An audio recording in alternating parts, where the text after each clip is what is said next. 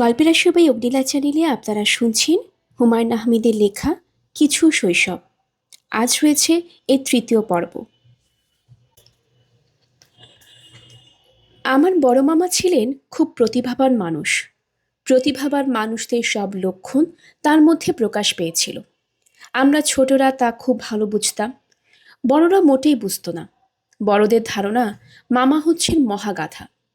এতে অবশ্য মামা রাগ করতেন না। প্রতিভাবান মানুষরা সহজে রাগ করে না। কেউ রাগের কোনো কথা বললে তারা হাসে। সেই হাসি হচ্ছে ক্ষমা সুন্দর হাসি। মামাকে গাধা বললে আমরা রাগ করতাম। এই দেখে মামা আমাদের সবাইকে ডেকে ছোট্ট একটা বক্তৃতা দিয়ে দিলেন। কাউকে গাধা বললে রাগ করা উচিত না, বরং খুশি হওয়া উচিত। প্রাণী জগতে গাধার স্থান অতি উচ্চে। গাধা হচ্ছে অসম্ভব বিনয়ী ও নিরহংকারী। তাকে বকাঝকা করলে সে কিছু বলবে না, নীরবে মাথা নিচু করে দাঁড়িয়ে থাকবে। গাধা হচ্ছে খুব পরিশ্রমী। পর্বত প্রমাণ বোঝা পিঠে নিয়ে নিঃশব্দে হেঁটে যাবে। গাধার অন্তরে আছে সঙ্গীত পিপাসা, যা অন্য প্রাণীদের মধ্যে কখনো দেখা যায় না। গভীর রাতে সবাই যখন ঘুমিয়ে পড়ে, সে তখন সঙ্গীতের প্রবল আবেগে উচ্ছ্বসিত হয়ে গান ধরে। এই গান সে গায় নিজস্ব ভঙ্গিতে। সবাই অবশ্য বিরক্ত হয়, এটা কোনো বড় কথা নয়। বড় কথা হলো গাধার সঙ্গীত পিপাসু মন। এখন তোরা বুঝলি তো? গাধা বললে রাগ করার কোনো কারণ নেই, বরং আনন্দে উল্লসিত হবার কারণ আছে। বুঝলি তো? আহা, গাধাদের কথা ভাবলেই মনটা উদাস হয়। কি মহৎ প্রাণী! মামার বক্তৃতা শোনার পর কেউ আমাদের গাধা বলে গাল দিলে বড় ভালো লাগে, মনে খুব আনন্দ হয়।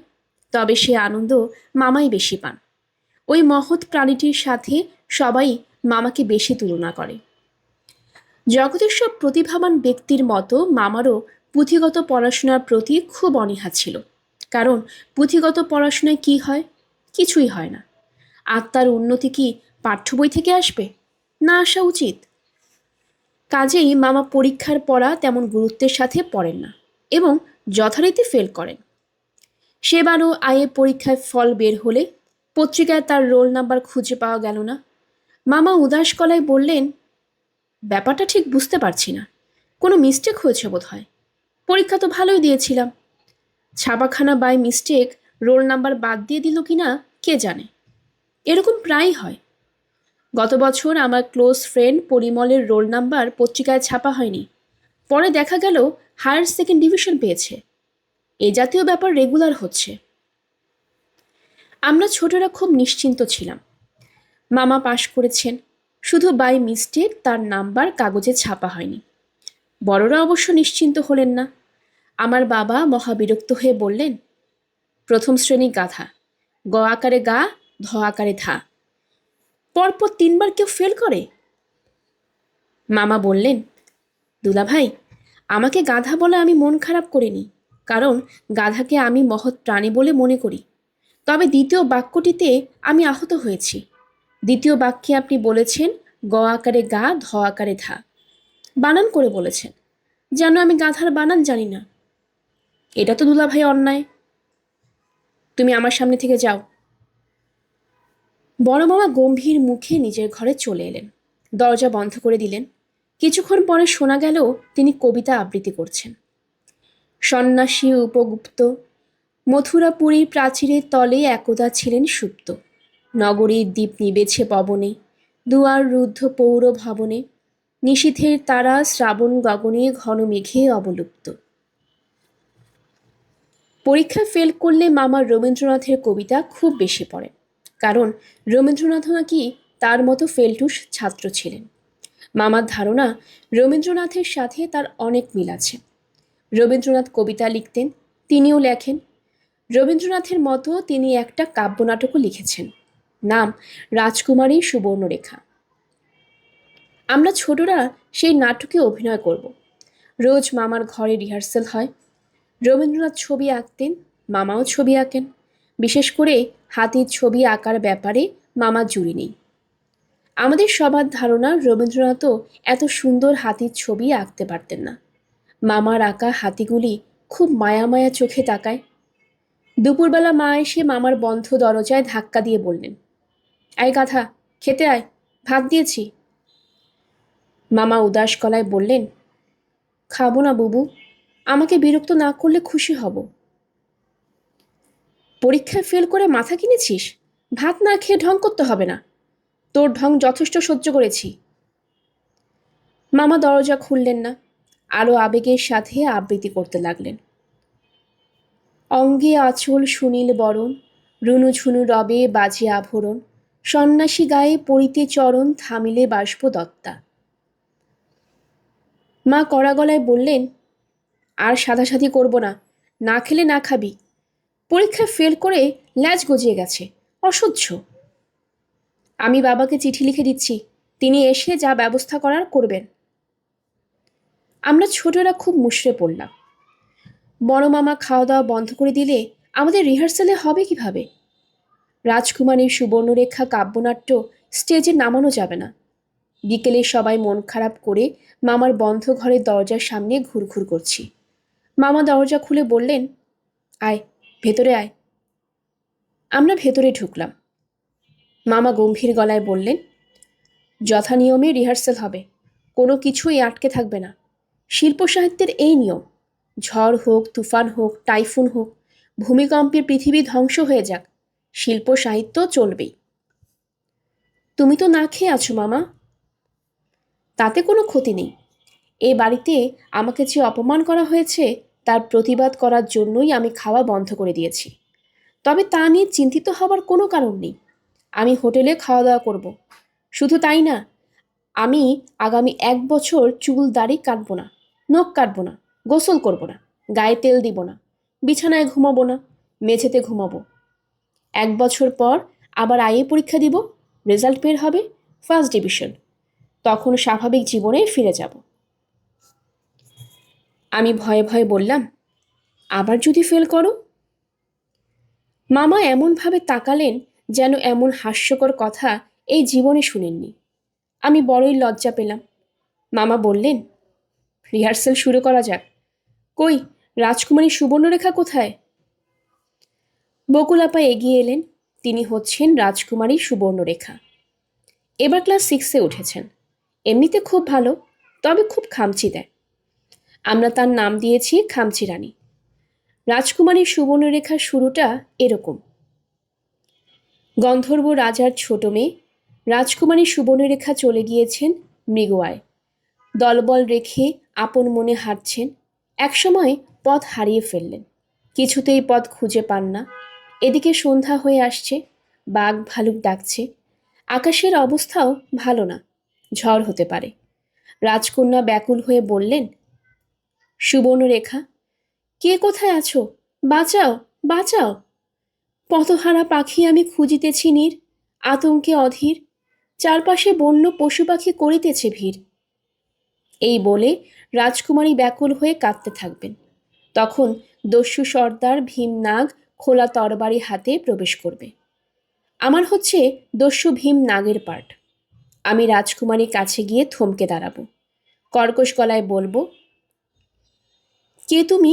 কাঁদিছ বসি বনপ্রান্তে একা, বেশভূষা চমৎকার, যাইতেছে দেখা, চক্ষে অশ্রু জল, কি তার কারণ? অতি সত্বর করহ বর্ণন। পুরো দমে রিহার্সেল শুরু হয়ে গেল। মামার উৎসাহের সীমা নেই। সবার অভিনয় দেখিয়ে দিচ্ছেন, চর চাপড়ও মারছেন। আমার গলা যথেষ্ট কর্কশ হচ্ছে না বলে কয়েকটা চর খেলাম। এসব নিয়ে আমরা কখনো মন খারাপ করি না, কারণ মামা বলেছেন, অভিনয় ছেলে খেলা নয়। চর থাপ্পড় কিল ঘুষি না খেলে অভিনয় শেখা যায় না, বড়ই কঠিন বিদ্যা। 1 মাসের মাথায় মামা বন মানুষের মতন হয়ে গেলেন। মাথা ভর্তি চুল, মুখ ভর্তি দাড়ি গোঁফ, হাতের নখ বড় বড়। গোসল করছেন না বলে সারা শরীরে এক পরত ময়লা।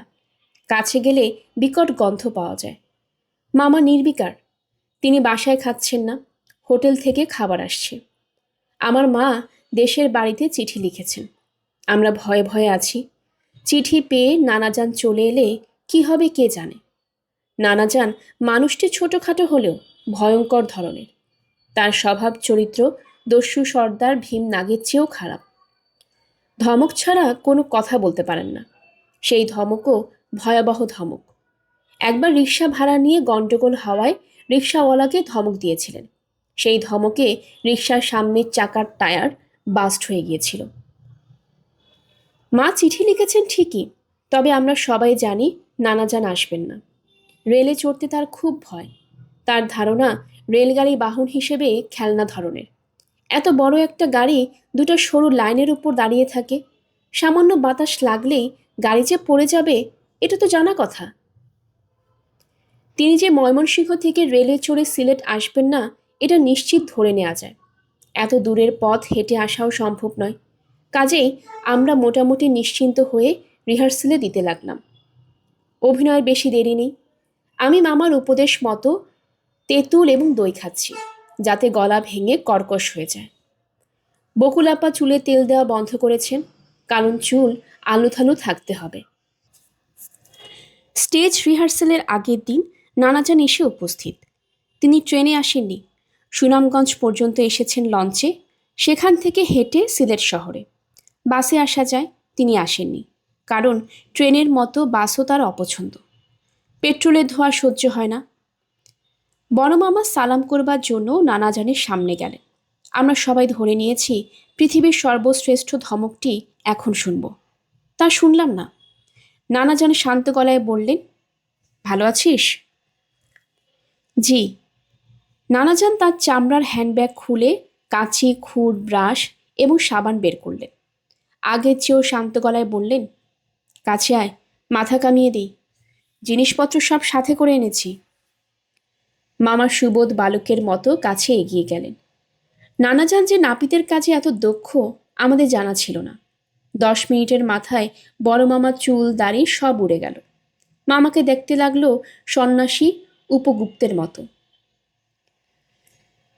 নানাজান নিজের কাজে মুগ্ধ হয়ে বললেন, ভ্রু দুটো কামিয়ে ফেলবো কিনা ভাবছি। গাধাটার শাস্তি হওয়া দরকার। মা ক্ষীণ গলায় বললেন, ভ্রু কামাবার দরকার নেই বাবা। নানাজান বিমর্ষ গলায় বললেন, আচ্ছা তাহলে থাক। তিনি মামার দিকে তাকিয়ে বললেন, এই বাদর, উঠে দাঁড়া। মামা উঠে দাঁড়ালেন। নানাজান বললেন, আশেপাশে পুকুর আছে? মামা বললেন, জি আছে। পুকুরে চলে যা, গলা পর্যন্ত ডুবিয়ে বসে থাকবি। ঘড়ি দেখে পাক্কা 3 ঘন্টা থাকবি। এই 3 ঘন্টার গায়ের ময়লা ভিজে নরম হবে। তারপর তোকে গোসল দেব, নিজের হাতেই দেব। গোসলের সরঞ্জাম সাথে নিয়ে এসেছি। নারকেলের ছোবড়া এনেছি। ডোলে চামড়া শুদ্ধ তুলে ফেলব, তারপর সোডা দিয়ে জাল দিব। জি আচ্ছা। কাল ভোরে আমার সঙ্গে ময়মনসিংহ রওনা হবি। আমরা যাব হাঁটা পথে। লঞ্চে যাওয়া যাবে না, লঞ্চেও পেট্রোলের গন্ধ। বড় মামা মিনমিন করে বললেন, এতটা পথ হেঁটে যাব কিভাবে? নানাজান হুঙ্কার দিয়ে পড়লেন, মোটেই এতটা পথ না, মাত্র 96 মাইল। ঘন্টায় 3 মাইল করে গেলে 35 ঘন্টা লাগবে। কাল ভোর 6টায় রওনা হলে ইনশাল্লাহ পরদিন দুপুরের মধ্যে বাড়ি পৌঁছে যাব। পথে কোথাও থামা যাবে না। এখন সামনে থেকে যা, তোর গা থেকে পাঠার গন্ধ আসছে। মামা বিষণ্ণ মুখে চলে গেলেন।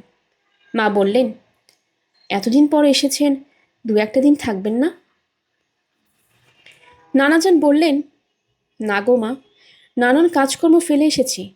গাধাটাকে বাড়িতে নিয়ে একটা ব্যবস্থা করতে হবে। কি ব্যবস্থা করবেন? বিয়ে দিয়ে দেব, একটা ভালো মেয়ের সন্ধানে আছে। মা বললেন, রঞ্জুর বিয়ে দেবেন, আমরা কেউ থাকবো না?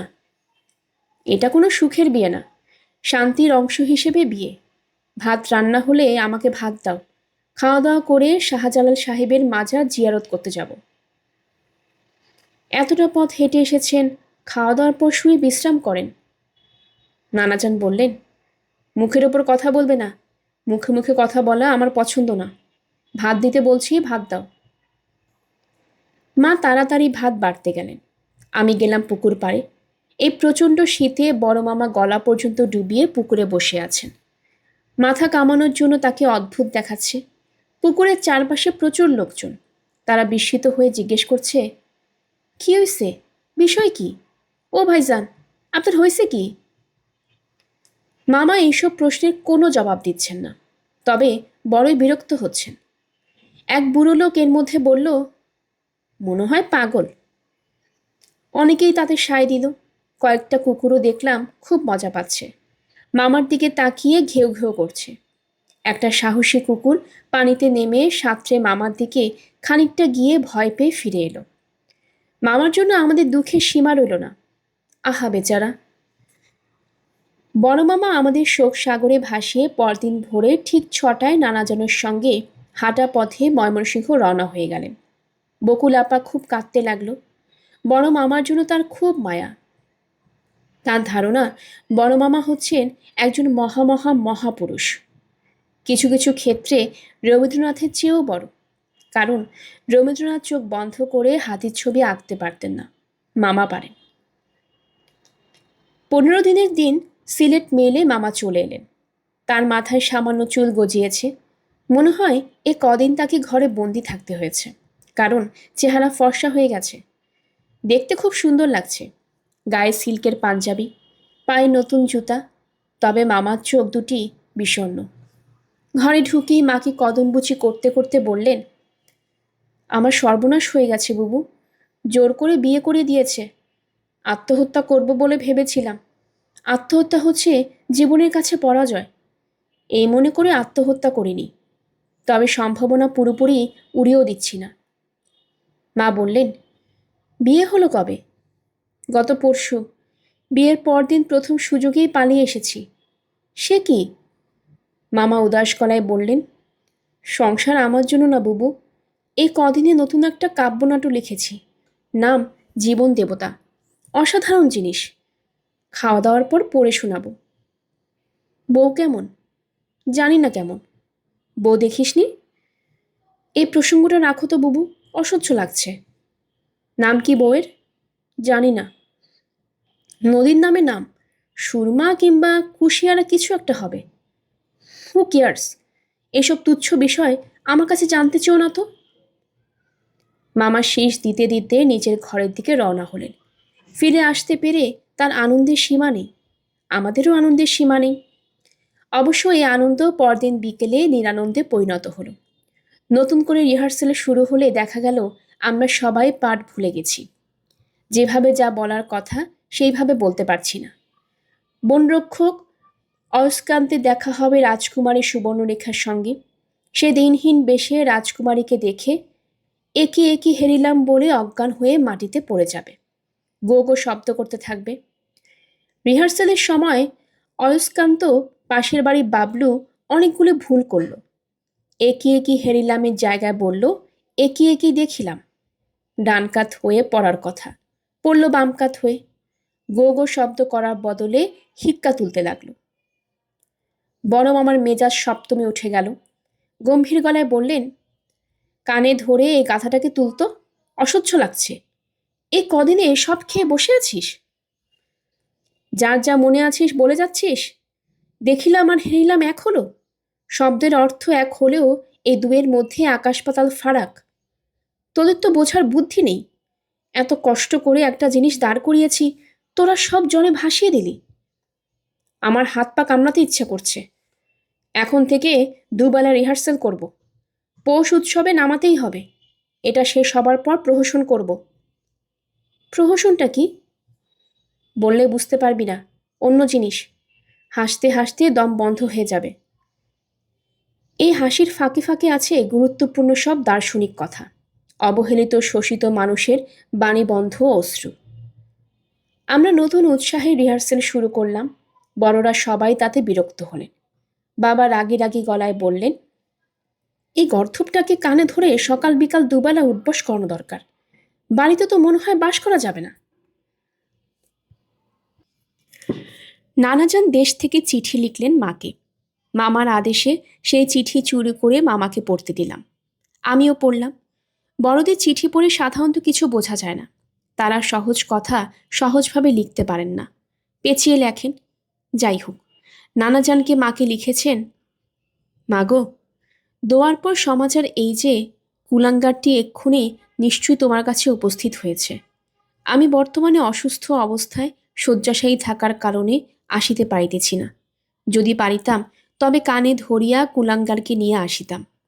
তাহার যে বিবাহ দিয়াছি সেই সংবাদ নিশ্চয়ই অবগত হইয়াছ। বিবাহের পরদিন অতি প্রত্যুষে সে কাহাকে কিছু না বলিয়া চলিয়া যায়। নতুন বউ খুব কান্নাকাটি করিয়াছে। এই অতীব সুলক্ষণা বুদ্ধিমতী মেয়েটির দুঃখে আমার হৃদয় ভারাক্রান্ত। আমি নিজেও কিঞ্চিৎ অশ্রু বর্ষণ করিয়াছি। যাহা হোক, এখন কি করিব বুঝিতে পারিতেছি না। আমার বর্তমান পরিকল্পনা কুলাঙ্গারটিকে কঠিন শাস্তির বিধান করা। কিভাবে তাহা করা যায় তাহাই ভাবিতেছি। শরীর ভালো না বলিয়া কোনো পরিকল্পনাই কার্যকর করিতে পারিতেছি না। আল্লাহ পাকের দরবারে আমার জন্য দোয়া করিবে, যাতে অতি শীঘ্রই হাঁটা চলার সামর্থ্য লাভ করি এবং কুলাঙ্গারকে শাস্তি প্রদানে সক্ষম হই। আর কি, ভালো থাকিবে। জামাই এবং পুত্র কন্যাদের আমায় দোয়া দিবে। আল্লাহ হাফেজ। দোয়া গো, তোমার পিতা মোহাম্মদ ইসমাইল খাঁ। চিঠি পড়ে মামা খানিকটা গম্ভীর হলেও খুব কাবু হলেন না।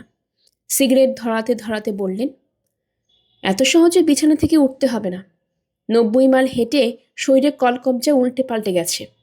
ঝাড়া 2 মাস বিছানায় শুয়ে থাকতে হবে। আপাতত ভয়ের কিছু দেখছি না। যেদিন আমাদের নাটক হবার কথা সেদিন ভোরবেলায় আমাদের নতুন মামি এসে উপস্থিত। তাকে দেখে আমাদের বিস্ময়ের সীমা রইল না। কি সুন্দর, কি সুন্দর! রাজকুমারী সুবর্ণরেখার চেয়েও 100 গুণ সুন্দর। আর মুখে সারাক্ষণ হাসি। যাই শুনছে তাতেই হাসছে। অবশ্য আমার মাকে জড়িয়ে ধরে খানিকক্ষণ খুব কাঁদলেন। মাও কাঁদলেন। আমরা জানলাম নতুন মামি আমাদের সঙ্গেই থাকবেন। মেয়েদের কলেজে তাকে ভর্তি করিয়ে দেওয়া হবে। তিনিও নাকি আগামী বছর আইএ পরীক্ষা দিবেন।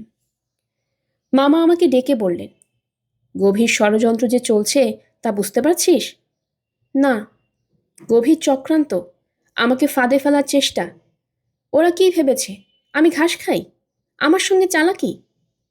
তুই যা, তোর মামিকে বলে আয় সে যেন ভুলেও আমার ঘরে না আসে। এলে কি হবে মামা? আমার চিন্তা ভাবনার অসুবিধা হবে। নতুন প্রহসনে হাত দিয়েছি। প্রহসন লেখা কোনো খেলা কথা না। প্রহসন লিখতে গিয়ে মাইকেল মধুসূদনের মতো লোকের মাথার চুল পেকে গিয়েছিল। শেষে কলপ দিয়ে রক্ষা। যা, তোর মামিকে বলে আয় যেন আমার ঘরে না আসে। আচ্ছা বলছি। আর শোন, খাতির জমাবার চেষ্টা করবি না। খেয়াল রাখবি, ও হচ্ছে শত্রুপক্ষ। ও অবশ্য তোদের হাত করার চেষ্টা করবে। রাম কি করেছিল? রাবণকে পরাজিত করবার জন্য রাবণের প্রতি অতি প্রিয়জন বিভীষণকে হাত করেছিল। মনে থাকে যেন, ইতিহাস থেকে শিক্ষা গ্রহণ করতে হয়। ইতিহাস শুধু পড়লেই হয় না। দেখলাম মামার কথা অক্ষরে অক্ষরে মিলে যাচ্ছে। নতুন মামি ছোটদের হাত করার জন্য দারুণ ব্যস্ত হয়ে পড়েছেন। মিষ্টি মিষ্টি করে সবার সঙ্গে কথা বলছেন, আদর করছেন। আমাদের মধ্যে দুর্বল চরিত্রের যারা, তারা অল্প সময়ে মামির দিকে ঝুঁকে পড়ল। আমার ছোট বোন শেফু পুরোপুরি মহিলা বিভীষণ হয়ে গেল। সারাক্ষণ মামির পেছনে পেছনে ঘুরছে। খামচি রানী বকুলাপাও তাই করল। মুখে সারাক্ষণ নতুন মামি, নতুন মামি। রাগে আমার গা জ্বলে গেল। কতবার বলা হয়েছে মামি আমাদের শত্রুপক্ষ, তাও বুঝতে পারছে না। মামি যে আমাদের শত্রুপক্ষ তার নাটকের দিন জলের মতো পরিষ্কার হয়ে গেল।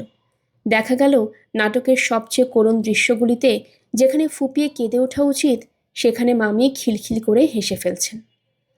একটা দৃশ্যে রাজকুমারী কাঁদতে কাঁদতে বলছে, এ কি অমানিসা মোর চারপাশে, হুতাশন জলে ধিক ধিক। এ জীবন রেখে কি হবে বলো, জীবন দেয়াই সঠিক। এবং এটা বলেই নদীতে ঝাঁপিয়ে পড়তে যাচ্ছে। তখন বনের পাখি বলছে, বনের পাখির ভূমিকায় অভিনয় করছে আমার ছোট বোন শেফু। ঝাঁপ দিও না কন্যা গো, ঝাঁপ দিও না জলে। খুবই করুণ দৃশ্য। এই দৃশ্যে মামি এমন হাসি শুরু করলেন যে স্টেজে বনের পাখি নিজেও ফিক করে হেসে ফেলল। সেই হাসি দেখে রাজকুমারী সুবর্ণরেখার মুখে আঁচল চাপা দিয়ে হাসতে লাগলো এবং তার ডায়লগ ভুলে গেল। বনরক্ষক অয়স্কান্ত হাসতে লাগলো হো হো করে। চারদিকে হাসাহাসির ধুম পড়ে গেল। উইংসের আড়ালে বড় মামার রাগে দুঃখে কাঁপতে কাঁপতে বললেন, এটা হচ্ছে স্যাবোটেজ। ইচ্ছাকৃত স্যাবোটেজ। ওই মেয়ে হচ্ছে শনি গ্রহ। শনি, আমার জীবনে শনি। ড্রপ সিন ফেলে দিয়ে 10 মিনিট পর আবার অভিনয় শুরু হলো, কিন্তু অভিনয় জমল না। করুণ দৃশ্যগুলো এলে হাসাহাসি ধুম পড়ে যায়। নতুন মামি হাসেন, আমার মা হাসেন, বাবা হাসেন।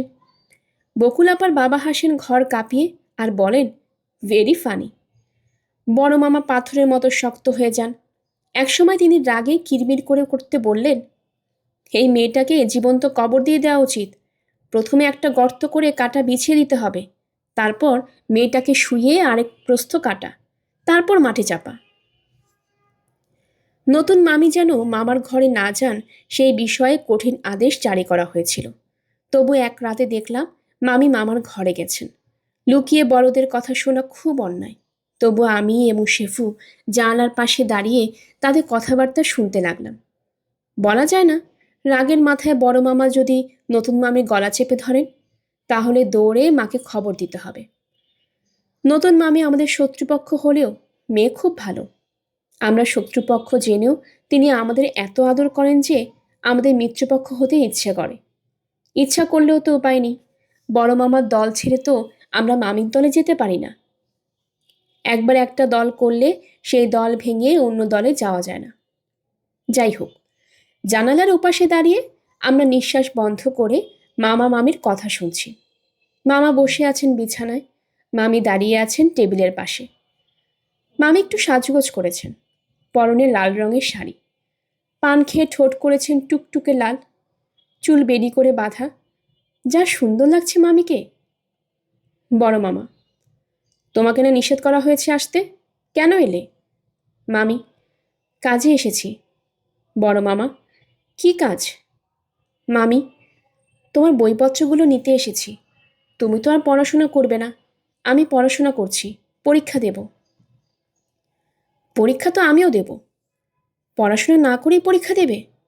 হুম, ভালো, আমি পড়ব, বইগুলো আমাকে দাও। আমার বইয়ে হাত দেবে না, খবরদার।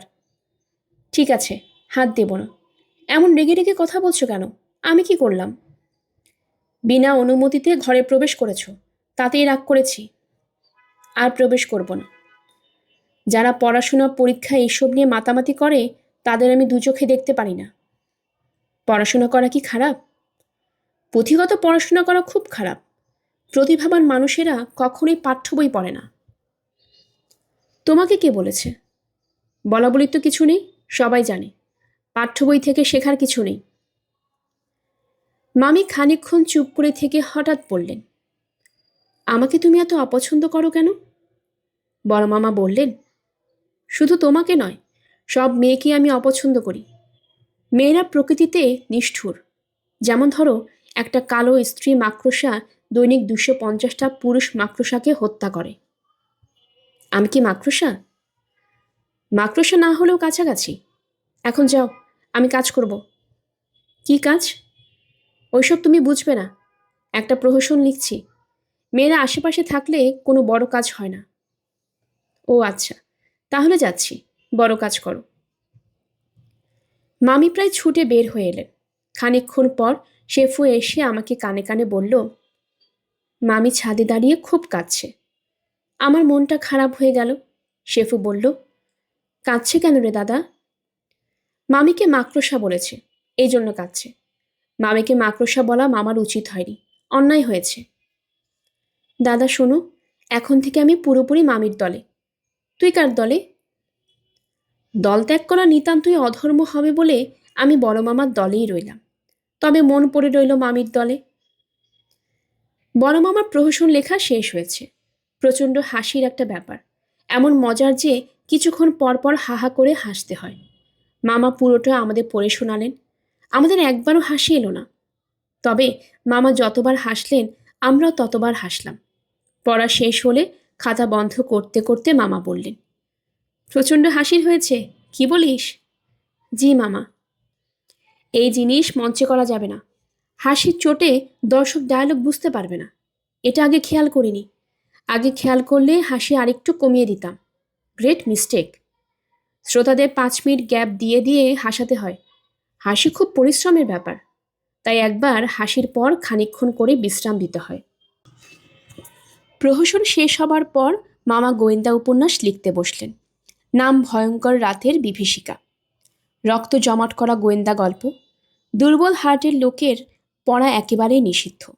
বইয়ের শুরুতে মামা এই কথা লিখে দিয়েছেন।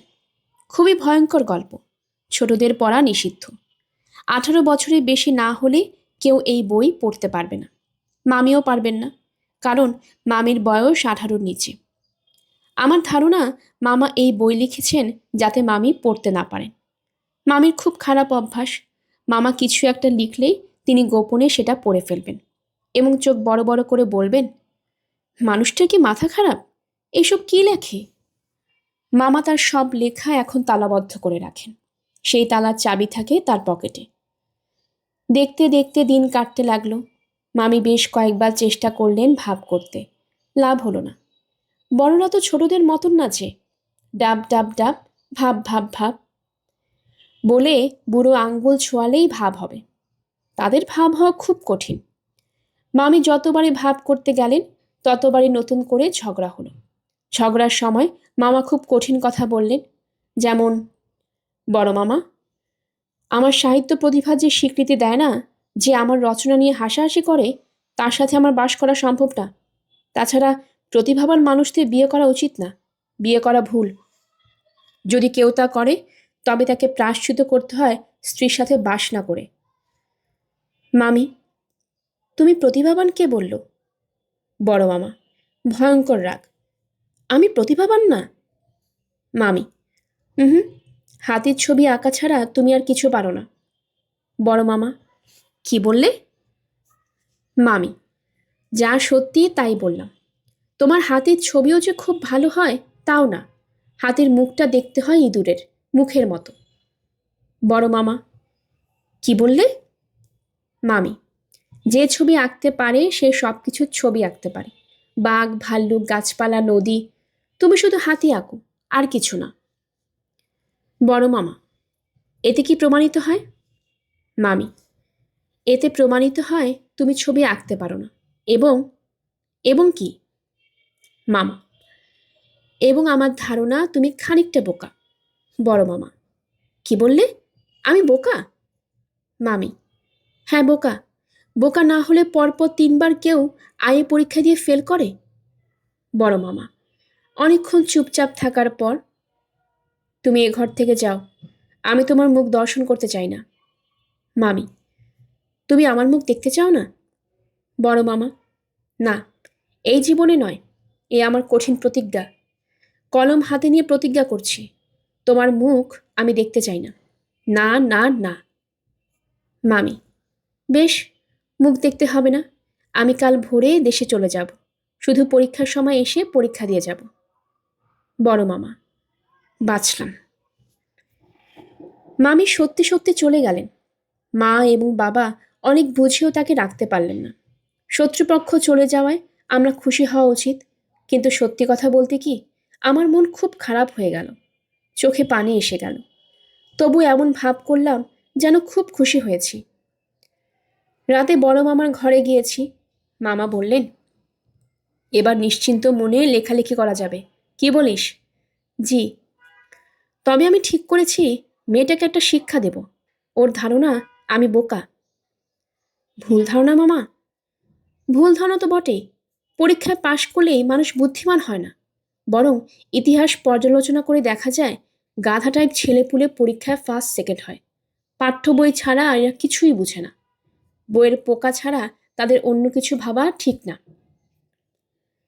তুমি মামিকে কিভাবে শাস্তি দেবে? পরীক্ষায় ফার্স্ট সেকেন্ড হয়ে দেখিয়ে দেব, এটা কিছুই না। বরং হাতের ছবি আঁকা এর চেয়ে অনেক কঠিন।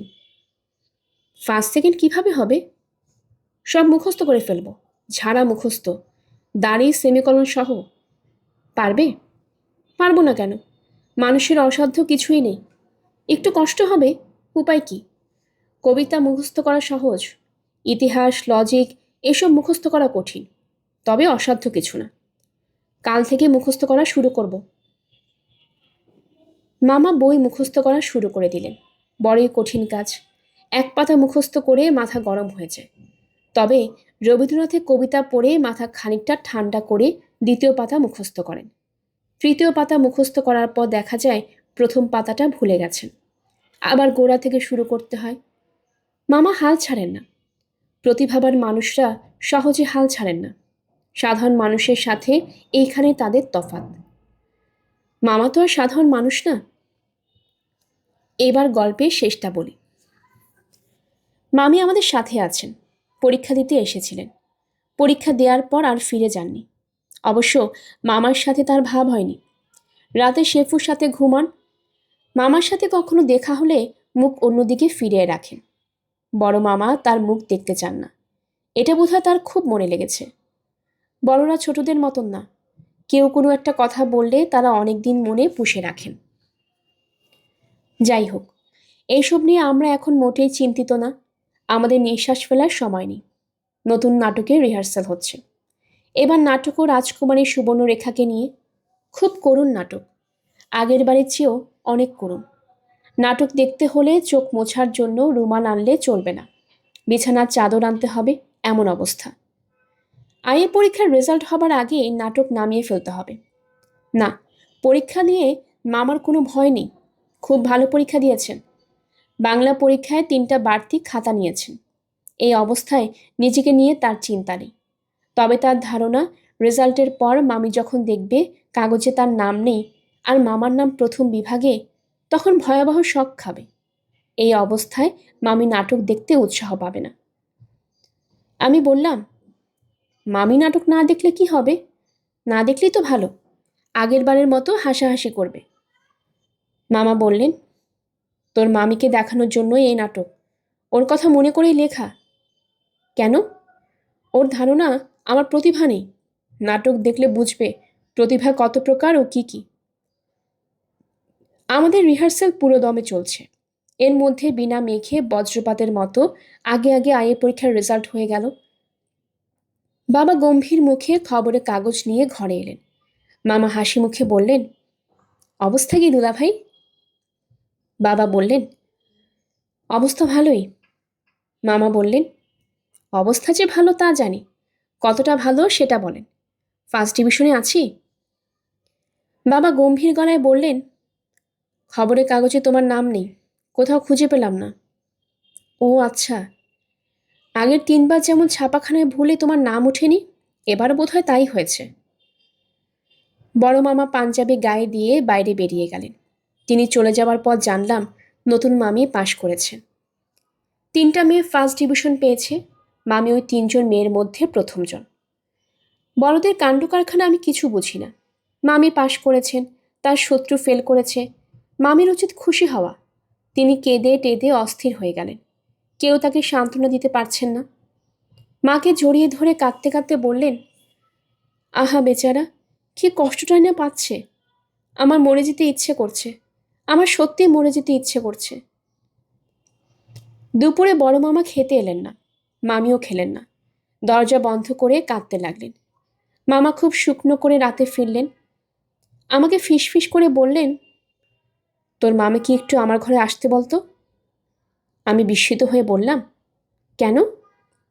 সে এত ভালো একটা রেজাল্ট করেছে, তাকে অভিনন্দন দেওয়া উচিত না? মেয়েদের মধ্যে ফার্স্ট হয়েছে, সহজ কথা তো না। নিতান্ত গ্রামের একটা মেয়ে, যা করেছে নিজের চেষ্টায় করেছে। কিছু ফুল নিয়ে এসেছি, ভাবছি ফুলগুলো দেব। এমন পচা শহর, ফুল পাওয়া যায় না। 10টা গোলাপ জোগাড় করতে জীবন বের হয়ে গেছে। আমি বললাম, তোমার ঘরে আসতে বললে মামি আসবে বলে তো মনে হয় না। আসবে না? হুম, আমারও তাই ধারণা।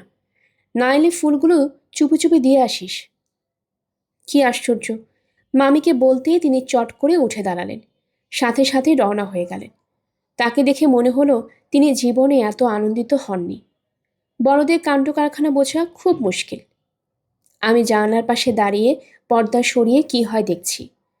মামি ঢুকলেন ফোপাতে ফোপাতে। মামা তার হাতে ফুলগুলো দিতেই তিনি শব্দ করে কেঁদে উঠলেন।